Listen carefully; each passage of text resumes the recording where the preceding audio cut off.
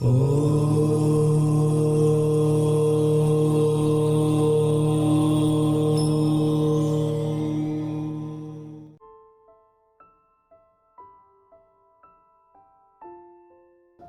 রাম, জয় রাম, জয় রাম।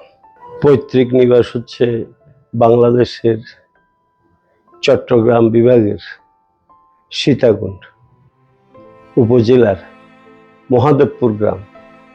বিশ্বের সর্বশ্রেষ্ঠ মন্দির শিবধাম, যেটা চন্দ্রনাথ ধাম নামে প্রসিদ্ধ। গোটা পৃথিবীর শ্রেষ্ঠ ধাম বলছে কলিযুগে, বিশেষ কলিযুগে বসামি চন্দ্রশেখরম আরুহ্যম পুনর্জন্ম ন বিদ্যতে।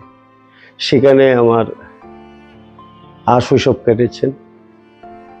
এই ধামে আসা অবধি পড়ালেখা সব কলেজ পর্যন্ত এখানে হয়েছে, সীতাকুণ্ডে হয়েছে। তা ছোটবেলা থেকেই আমি একটু ছিলাম অর্থাৎ একাকী থাকতে আমার খুব ভালো লাগতো। আমি কারোর সাথে তেমন মিশতাম না। স্কুল জীবনও বা কলেজ জীবন যদিও খেলাধুলা করতাম, সবকিছুতে আমার অংশগ্রহণ ছিল।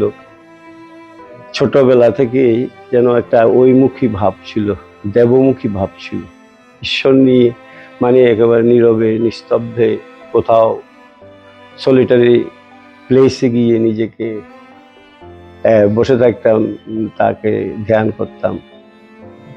তাই ব্রাহ্মণ বংশ জন্ম, পণ্ডিতের ঘরে। আমার মাতামহ যিনি আমাকে শৈশব লালন করেছেন, আমার বাবা খুব ছিল, ওই তেমন বিত্তশালী ছিল না, তাই আমরা মামার বাড়িতে মানুষ হয়েছি। দাদু ছিল পণ্ডিত এবং কবিরাজ। ওই এলাকায় একজন খুব প্রসিদ্ধ, তৎকালীন সময়ে পণ্ডিত খুব কম ছিল, তার মধ্যে প্রসিদ্ধ একজন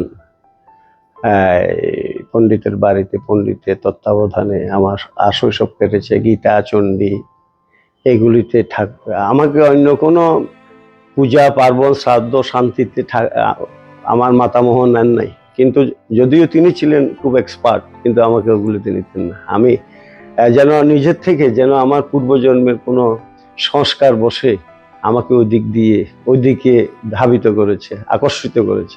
আমি ছোটবেলা থেকেই এই 12 বছর থেকেই আমি তন্ত্রধারক হিসাবে কোনো দুর্গা পূজা, শ্যামা পূজা, বিভিন্ন পূজা পার্বণে অংশগ্রহণ করতে পারতাম। সংস্কৃতের উপর একটু আমাদের ছিল, আগ্রহ বেশি ছিল। স্কুলের নাম্বারটাও সব সাবজেক্ট থেকে বেশি পেতাম সংস্কৃত। তাই এইভাবে আগ্রহটা ছিল এবং সবসময় বিশেষভাবে তিন বেলা সন্ধ্যা ধ্যান ধারণাতে সময় কাটতো ছোটবেলা থেকে। এবং পাণ্ডিত্যে 16 বছর, আমি যখন ম্যাট্রিক পাস করলাম, এই থেকে আমার পাণ্ডিত্য জীবন শুরু, কর্মজীবন শুরু। আমি প্রাইমারি করতাম, ওই প্রাইভেট টিউশনই করতাম, পরে চাকরি হলো ব্যাংকে, একটা সরকারি ব্যাংকে চাকরি হলো। ওখানে 34 বছর চাকরি সমাপন করে তারপর আমার রিটায়ারমেন্ট হলো আজ থেকে আরো 12 বছর আগে। এই ধামে এসেছি আমি 9 বছর, 10 বছরের মতো হবে আফটার রিটায়ারমেন্ট আমি ধামে এসেছি। প্রভু এখানে নিয়ে আসলেন, এইভাবে এখানে 4 বছর অতিবাহিত হলো। এর মধ্যে আমি 2020 সালে আমার এই ধামে ঠাকুর আমাকে জোর করে নিয়ে এসছেন। আমার কোনো আগ্রহ ছিল না, কোনো ধামের এত বড় দায়িত্ব ঠাকুর আমাকে দিয়ে করাবেন এই ধারণার মধ্যেই আমার ছিল না। এবং এই থেকে আমি সবসময় নিজেকে লুকিয়ে রাখতাম, গুটিয়ে রাখতাম। আমি সব সময় একা চলতে ভালোবাসতাম। ঘরে তেমন কোনো সঙ্গী ছিল না। ওই there is no companion is better than bad companion, এই ইয়েতে আমার, কারণ ব্যাড কম্পেনিয়ন সমাজে খুব বেশি ছিল। আমরা ছিলাম যে একেবারে ঘরমুখী, ঈশ্বরমুখী, শুধু ঈশ্বর নিয়ে এই পূজা পার্বণ পাণ্ডিত্য, এই একেবারে এই ধামে আসা পর্যন্ত পাণ্ডিত্য করেছি। আমি আগে শক্তি উপাসক ছিলাম, যেহেতু ব্রাহ্মণ আমাদের উপনয়নের সময় আমাদেরকে শক্তি উপাসনা দেওয়া হয়। তারপর ঠাকুরের চরণ আশ্রিত হলাম। সে চতুর্থ মহন্ত মহারাজ ভবতোষ বন্দ্যোপাধ্যায় মহাশয়। তখন আমি ইয়েতে ছিলাম, নোয়াখালীতে আমার পোস্টিং ছিল সরকারি চাকরিতে। আমি ওই আশ্রমে থাকতাম। নোয়াখালী ঠাকুরের যে আশ্রমটা ছিল মাইজদি, ওটাতেই থাকতাম। 8 বছর আমি ওই স্থানে কাটিয়েছি এবং ওই স্থানে প্রসাদ পেয়েছি। আমি বাইরে খেতাম না, যেহেতু ব্রাহ্মণ সন্তান। তৎকালীন সময় আমাদের খুবই বাইরে কোনো হোটেলে খাওয়া ব্রাহ্মণ হিসাবে একেবারে নিন্দনীয় ছিল। আর বিশেষ করে যেহেতু আমি কনজারভেটিভ ফ্যামিলির ছেলে ছিলাম, আমাদের বাইরে কোনো কোথাও নিমন্ত্রণ খেতাম না, এমনই অবস্থা ছিল। নিজে রান্না করে খেয়েছি চাকরি জীবনে, যেখানে যেখানে গিয়েছি। এই ছিল আমাদের জীবন প্রণালী। তাই ঠাকুর এই ধামে আমাকে স্থান দিল এই নোয়াখালীতে। নোয়াখালী থেকে ঠাকুর নিয়ে আসলেন এখানে আফটার রিটায়ারমেন্ট, প্রায় 12-14 বছর পরে নিয়ে আসলেন। তাই ঠাকুরের দীক্ষা পাওয়ার আগে থেকে আমি মেট্রিকের পরেই ঠাকুরের বেদবাণী পড়েছি। নামের উপর তিনি যে দিয়েছেন, জোর দিয়েছেন, নামে জীবনের সার, নাম শক্তি, নাম মুক্তি, নাম ধর্ম সার, ইহা বই জগতে নাহি কিছু আর। এটা উনার বেদবাণীতে এই ছোট্টবেলায় আমাকে আলোড়িত করত। আমি এই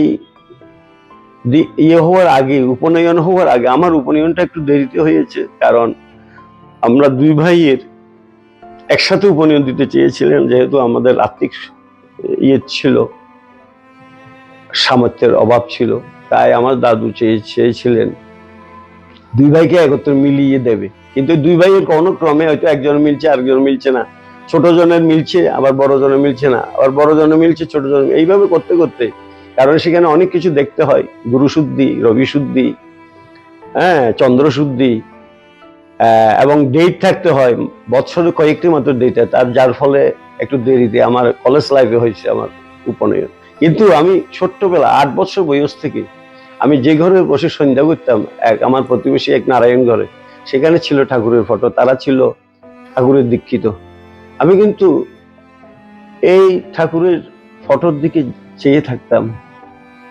এই কতক্ষণ চলে গেল, মা যতক্ষণ খাওয়ার জন্য ডাক দেয়নি, এই দুপুরবেলা যে আমার কতক্ষণ ওখানে গেছে আমি নিজেও বলতে পারবো না।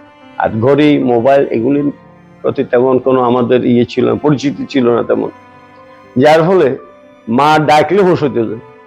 এই ঠাকুরের এই সৌম্য মূর্তির দিকে চেয়ে থাকতাম ফেল ফেল করে, যে কেমন একটা আকর্ষণে তিনি আমাকে আবিষ্ট করতেন, আমি জানি না। এই করতে করতে ঠাকুর সত্যি তার কোলে স্থান দিলেন। আসলাম এখানে। ঠাকুর সম্বন্ধে আমি যতটুকু পড়েছি, যেটুক সামান্য পড়েছি, জেনেছি, উপলব্ধি হয়েছে, এমন একজন মহাপুরুষ পৃথিবীতে খুব ক্ষণজন্মা পুরুষ, এমন একজন স্বয়ং ভগবান রূপে যিনি আবির্ভূত হয়েছিলেন চৈতন্য মহাপ্রভু যাওয়ার পর, আজ থেকে 164 বছর পূর্বে তিনি আবির্ভূত হয়েছিলেন এই পৃথিবীতে, ধরাধামে। আমাদের বাংলাদেশেরই তৎকালীন ফরিদপুর জেলা, এখন শরীয়তপুর জেলা, ডিঙ্গামানিক নামক গ্রামে একটি ব্রাহ্মণ পরিবারে তিনি জন্মগ্রহণ করেছিলেন।